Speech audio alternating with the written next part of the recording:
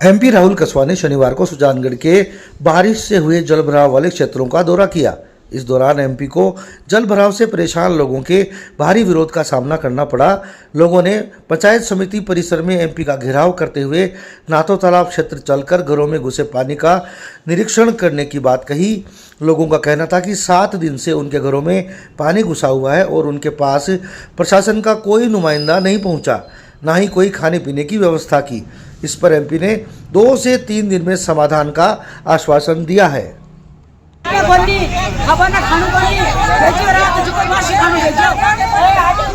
रात भाईजी कुण भेजो ठा कोनी 6000 जाया एकदम बासी पूड़िया और बासी साग भेजो पोपड़ियो मां के घर बाहर थे देख सको। एक दिन ही आया, एक दिन खाना जायो, एक दिन खाना आया, कोई बासी आया, काई खावा उम्मीद पर बैठे रिया भाईजी समझदार हो मां के घर थे जार देख सको। झूठ नहीं बोलना, की हालत खराब, पानी की हालत खराब, कुंडा को बाहर का इलाका है वहाँ देख के आए, क्योंकि अंदर से पानी को बाहर डिस्चार्ज कर रहा है। और मैं आज अभी दिल्ली से सुबह 5:30 बजे ट्रेन में पहुँचा हूँ। एमएलए साहब और एमएलए साहब ने जॉइंट सर्वे इस बात का किया है कि जो पानी बाहर निकाल रहे हैं वही कहीं बैकलॉग उल्टा तो नहीं आ रहा है, क्या व्यवस्थाएं हैं। अभी की पोजीशन में 18 से ऊपर ट्रैक्टर्स लगे हुए हैं जो पानी को डिस्चार्ज कर रहे हैं। शहर का काफ़ी बड़ा हिस्सा पानी में डूबा पड़ा हुआ और आगे पानी भेजने में सक्षम नहीं है। आज हमने एसडीएम महोदय साथ मुलाकात करी है, कमिश्नर को बुलाया है और जॉइंट टीम के साथ विजिट भी करके देख लिया।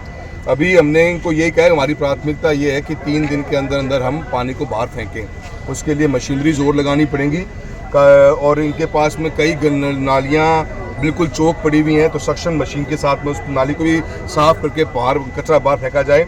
जेसीबी और एक्सकेवेटर और मंगाए जाएँ। पहली वार फुट एरिया के ऊपर हमें शहर के अंदर से गंदा पानी बाहर निकालना है। देखिए, सुजानगढ़ और चूरू 2 वो शहर हैं जो चूरू ज़िले के अंदर जहाँ पे अमृत में शामिल हुए और 6 सालों के अंदर 150 करोड़ रुपये का लागत लग गई, फिर भी शहर के हालात बुरे हैं। काम कमिश्नर का है, काम नगर परिषद का है।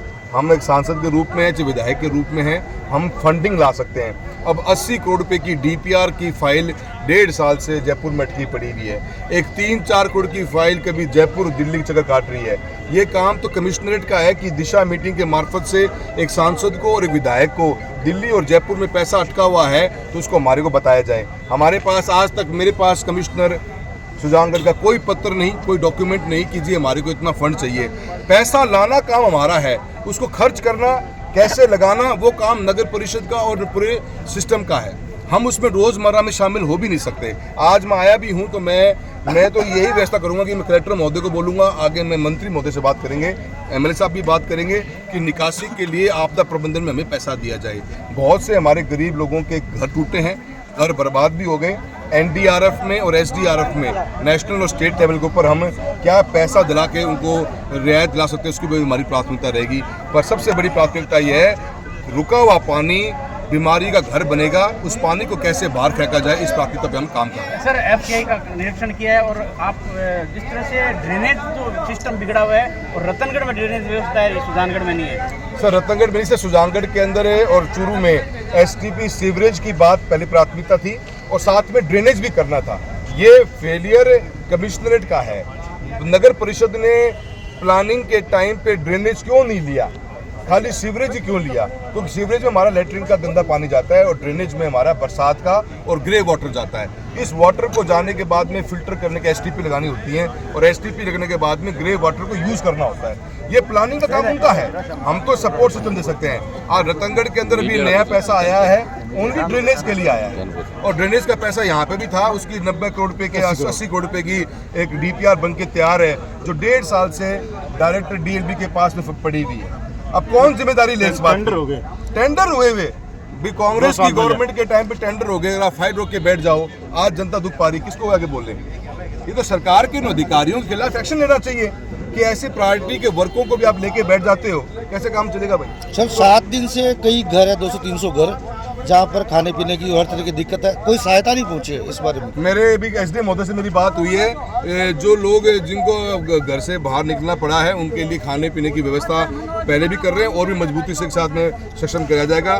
देखिए जी, हम तो एक इस व्यवस्था के अंदर बीच में कोऑर्डिनेशन का ही काम करने की कोशिश कर रहे हैं। जो बात पब्लिक एट लार्ज और गुस्सा पब्लिक का है, सुना हमने, हम सुनेंगे, हम गाली सुनने तैयार बैठे हैं, पर हमारा काम नहीं, हम तो खाली पैसा ला सकते हैं। करने का काम तो अधिकारियों का ही है, सिस्टम का काम है, कमिश्नर का काम है, जो नगर परिषद बैठा हुआ है, काम तो उन्हें करना पड़ेगा।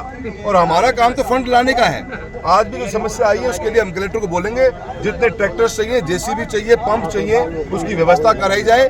एनडीआरएफ और एसडीआरएफ में फंडिंग का पैसा होता है, ताकि अभी आज सुजानगढ़ के अंदर हमें पानी बाहर निकालना है ताकि बीमारियां रुकें। ये हमारी सबसे बड़ी चिंता है।